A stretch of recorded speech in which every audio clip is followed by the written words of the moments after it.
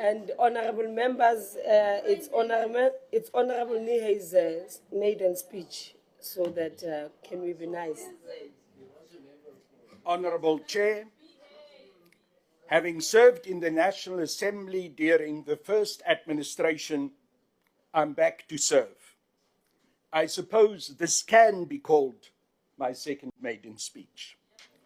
It is dedicated to the liberation soldiers who fought for our liberation, especially two, whom I have known personally, and were killed because of having been betrayed by their closest comrades. I'm talking about Commander Chris Hani and Comrade Vincent Chabalala. Commander Chris Hani was assassinated by Janusz Walusz, but his real killers are still free, and some of them are now members of this so-called government of national unity executive.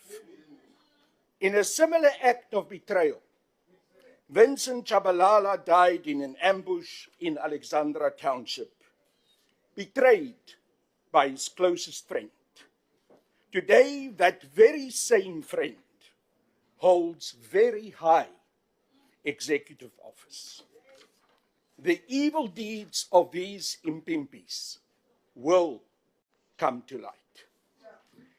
In my autobiography that will be published in November, I will name the senior leader who betrayed Vincent Chabalala. But I have actually already revealed enough for that vile traitor to be identified. Chair, these are the sellouts that now form the so-called GNU, and who continue to kill the revolutionary legacy of Chris Hani and Vincent Chabalala. Nowhere is that betrayal starker than in the farcical budget votes of the Ministry of Defence and military veterans that our portfolio committee was expected to rubber stamp. The budgets were presented to us in a rushed 3-hour meeting. We were expected to approve these complex budgets on the basis of 20 minutes presentations. It was indeed a total travesty. This was not a budgetary oversight process. It is a farcical sausage machine. The rush timeframes are in direct contravention of our constitutional oversight mandate. Overall, the parliamentary budgetary process is a mockery. As members of the National Assembly, we took an oath of allegiance to carry out our responsibilities. I and my fellow members of the EFF cannot be expected to contravene that oath. The voters who voted for the EFF did not vote for us to be turned into glorified rubber stamps. Therefore, we are left with no option but to oppose these budget votes. I'm not even sure if it is worth going into any of the detail of the budgets. However, Chair, in order to highlight how serious the situation is, let me do so. The budgetary allocation of the Department of Defense for 2024-2025 is close to 52 billion. This boils down to a 50 billion rand shortfall. The consequences are disastrous. The DoD cannot meet its constitutional mandate to defend and protect our country. While our national safety is compromised, the President is still deploying SANDF troops in Mozambique and the DRC. This while our troops are not resourced and their safety cannot be guaranteed. They are callously deployed to fail and die. Recently, 2 SANDF soldiers were killed and 20 seriously injured in the DRC. We must immediately withdraw our troops.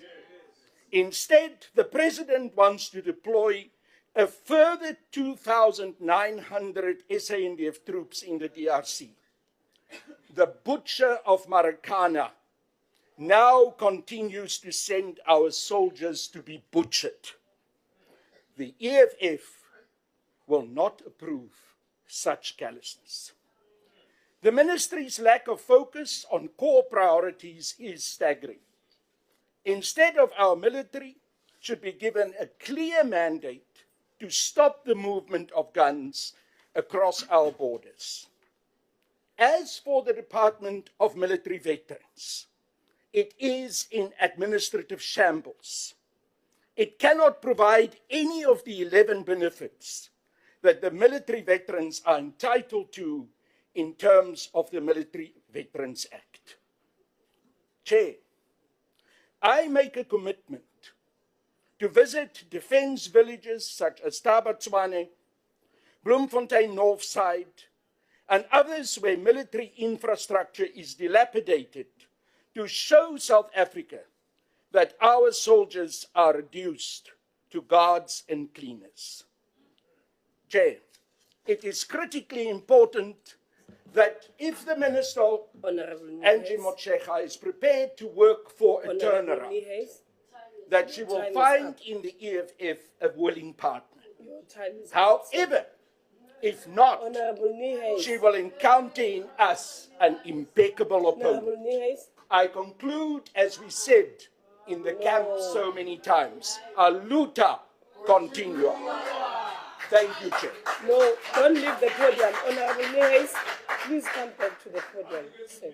Please come to the podium again. Sorry? Yes. I told you 3 to 4 times that your time is up. Not because I did not give you even extra time, I did that as well. But you did not bother to listen to me. Please don't do that again. Thank you. Chair, I apologize. While I'm speaking, I must just explain, I do have a hearing problem. I have hearing aids, and I couldn't hear.